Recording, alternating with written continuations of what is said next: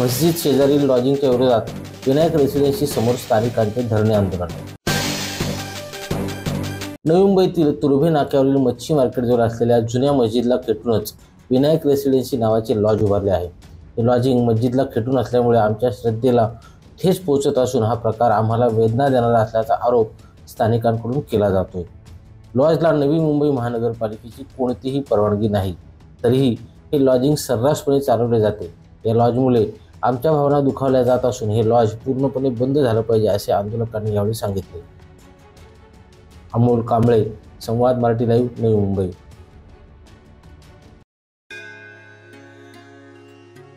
श्री गणपती संस्थान महड, तालुका खालापूर, जिल्हा रायगड।